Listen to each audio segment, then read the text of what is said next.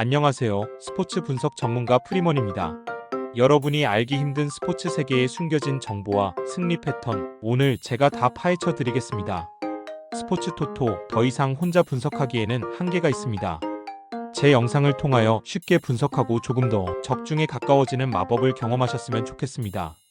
또 매일 구하기 힘든 자료와 정보를 무료로 제공해 드리고 있으니 관심 있으신 분들은 꼭 연락주세요. 적중률을 높이는 방법은 전문가와 함께하는 것입니다.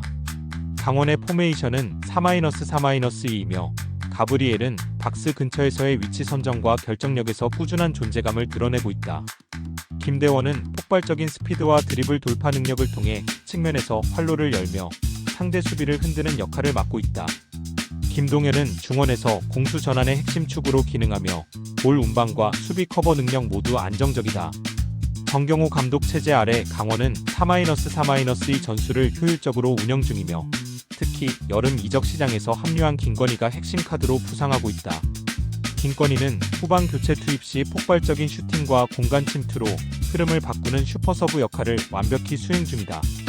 무더운 날씨 속에서도 템포 유지를 위해 스쿼드 활용 폭이 넓어졌고 전술적 유연성 역시 눈에 띄게 향상되고 있다.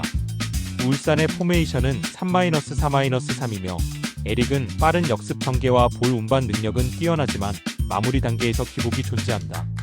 루빅손은 속도감을 살린 돌파에는 강하지만 활동량이 제한적이어서 측면 수비 가담에서 부담을 주고 있다.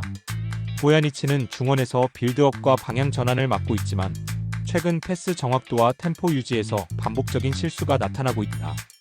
무엇보다 김판공 감독은 팀 상황과 흐름과 관계없이 3백 전술을 고집하고 있으며 선수 운용의 경직성이 경기력 저하로 이어지고 있다.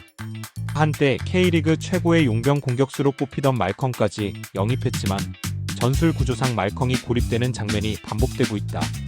후방 빌드업과 이선 침투 타이밍이 맞지 않으며 수비라인 간격도 넓어져 공간 노출이 잦은 흐름이 계속되고 있다. 강원은 정경호 감독 체제에서 4-4-2 전술 안정성을 바탕으로 점차 팀 밸런스를 회복하고 있다. 특히 여름 이적생 김건희가 교체 카드로 투입될 경우 후반 승부의 흐름을 완전히 바꿔놓을 수 있는 결정적 변수로 떠오르고 있다. 반면 울산은 전술적으로 고착된 3백 운영과 주력 선수 활용 미스가 반복되며 전체적인 팀 분위기가 가라앉은 상황이다. 전방 자원 활용도는 낮고 중원과 수비의 간격이 벌어지며 라인 컨트롤조차 안정되지 못한 흐름이 이어지고 있다. 이 경기는 조직력과 경기 운영에서 앞선 강원이 주도권을 쥘 가능성이 더 높아 보입니다. 대전의 포메이션은 3-3-3이며 주민규는 박스 안에서의 위치 선정과 득점이 뛰어나지만 최근 연계 플레이에서의 기동력이 다소 아쉽다.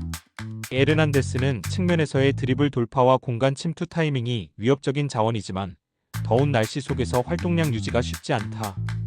김현욱은 중원에서 볼 배급과 탈압박에 장점을 가진 자원이지만 전방으로의 전개 템포가 느려지는 상황에선 영향력이 떨어진다. 대전은 공격 전개 속도를 높이는 데 다소 어려움을 겪고 있고 여름철 강행군으로 인해 전반적인 활동량이 감소하는 흐름이다. 특히 최근 경기에서는 중원과 수비 간격이 벌어지며 간헐적인 실점이 발생하고 있고 전방 압박도 예전만 못하다는 지적이 반복되고 있다. 서울의 포메이션은 4-3-2이며 둑스는 제공권 장악과 타깃 플레이에서 안정감을 보이지만 골 결정력에서는 들쭉날쭉한 면이 있다. 안데르손은 빠른 침투와 좌우 전환에서 유연성을 보여주는 자원이지만 체력적으로는 후반 퍼포먼스가 급격히 낮아지는 경향이 있다. 링가드는 페널티 박스 근처에서의 볼터치 감각은 훌륭하지만 수비 전환 시 속도 저하와 위치 선점이 다소 아쉽다. 서울은 김기동 감독 부임 이후 빠른 전방 전환을 시도하고 있지만 전체적인 팀 템포가 들쭉날쭉한 흐름을 보이고 있다. 양 팀은 이번 시즌 맞대결에서 항상 루즈한 경기 템포를 반복해왔다.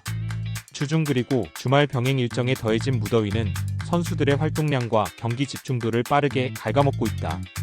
양 팀 모두 여름철 체력 부담과 일정 압박 속에서 경기 운영에 여유가 없는 상황이다.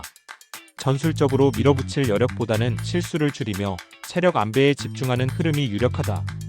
결국 이번 경기는 밸런스가 무너지지 않은 채 조심스럽게 흘러갈 가능성이 높아 무승부가 될 것으로 보입니다. 대구의 김주공은 제공권과 연계 플레이에 능하지만 득점 마무리에서의 안정감은 다소 아쉬운 편이다. 카를로스는 간헐적인 침투와 순간적인 슈팅 타이밍으로 위협을 가하지만 활동량 유지에서 기복이 있다. 문제는 수비다. 핵심 수비수 홍정훈이 시즌 9급 부상으로 이탈한 데 이어 외국인 수비수 카이오마저 직전 경기 퇴장으로 이번 경기에 결장한다. 사실상 주전 센터백 2명이 동시에 이탈한 상황이며 이는 곧 수비라인 전반의 조직력 붕괴로 이어질 수밖에 없다.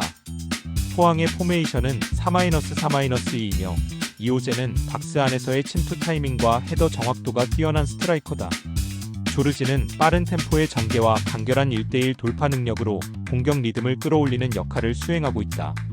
기성용은 후방 빌드업과 중거리 슈팅 모두 가능한 베테랑 미드필더로 경기 템포를 안정감 있게 조율해준다.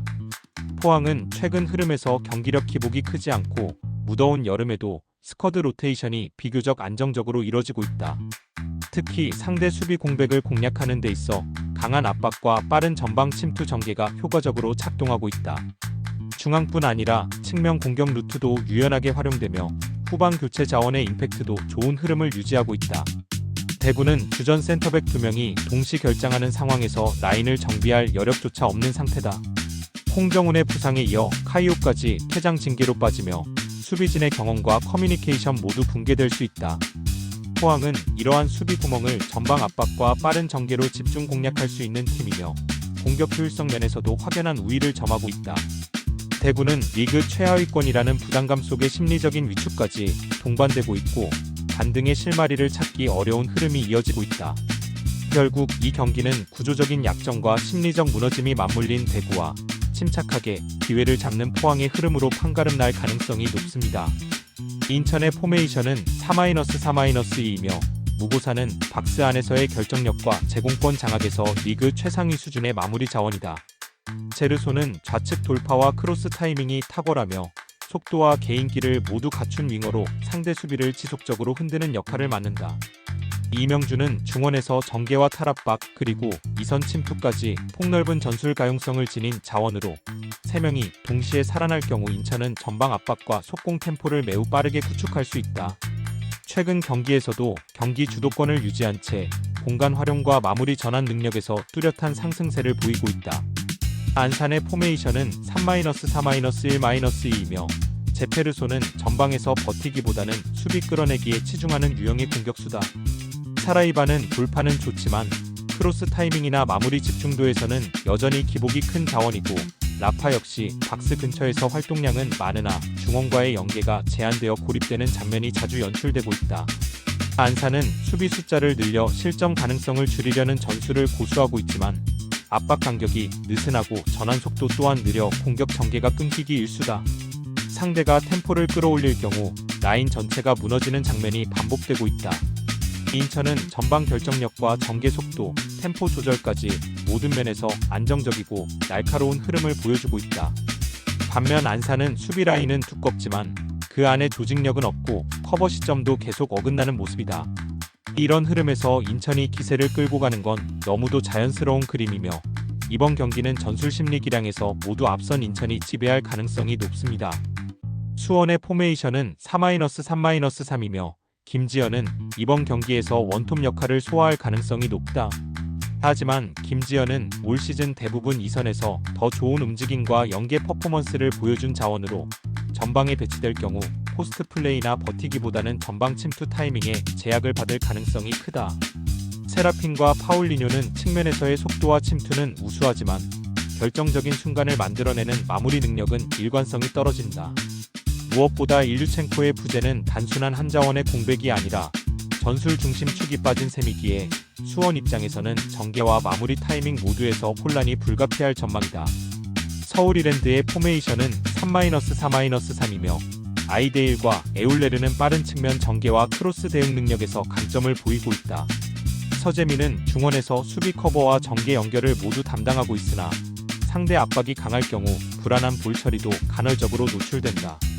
이랜드는 전체적으로 라인을 내리면서 실점 리스크를 줄이고 역습을 노리는 전형적인 안정형 운영 전략을 구사 중이다.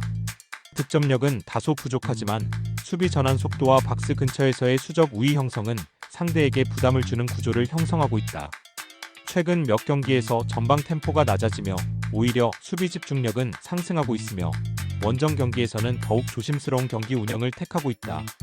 공격 전개가 어긋난 수원과 수비 중심 흐름을 유지하는 서울 이랜드의 구조를 고려할 때 이번 경기는 누가 더 먼저 득점하느냐보다는 누가 더 실수를 덜 하느냐가 중요한 경기다.